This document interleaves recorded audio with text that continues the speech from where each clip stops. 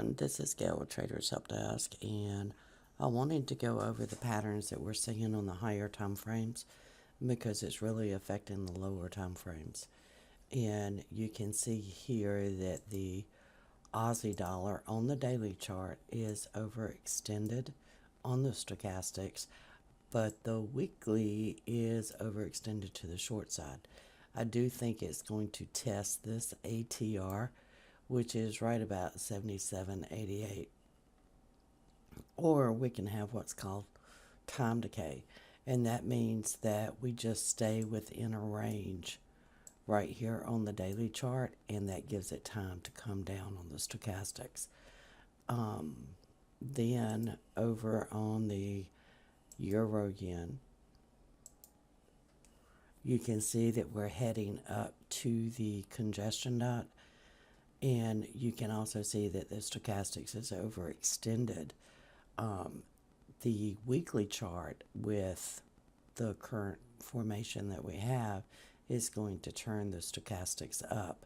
So these two time frames are not in unison, and that's a big issue. Then over on the euro dollar, you can see that it's trying to flip this ATR. We will not know until the end of the day whether that happens.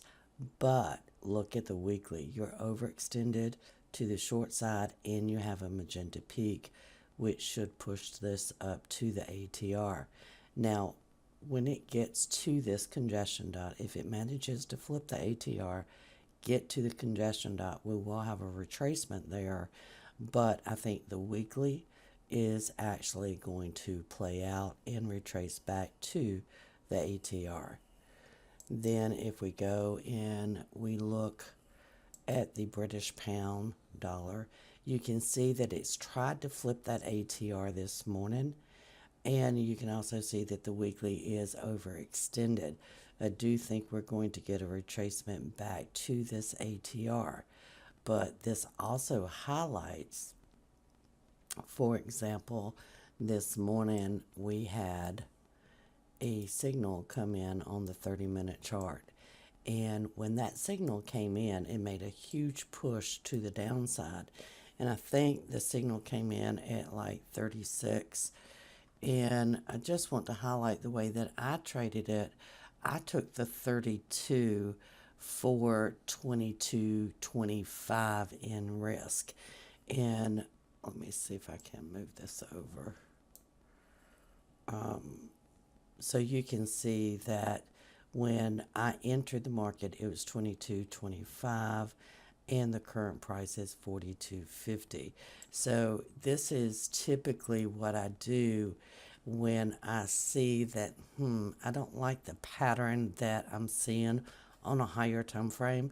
I'll just go ahead and go in at a very low risk, out of the money binary, because I'd rather lose $20 versus $45.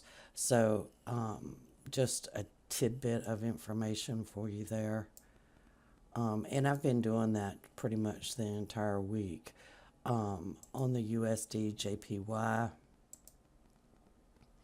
you can see that we're at the ATR here. We're also overextended, and we have the stochastics here moving down with a magenta peak that should push this back to the ATR.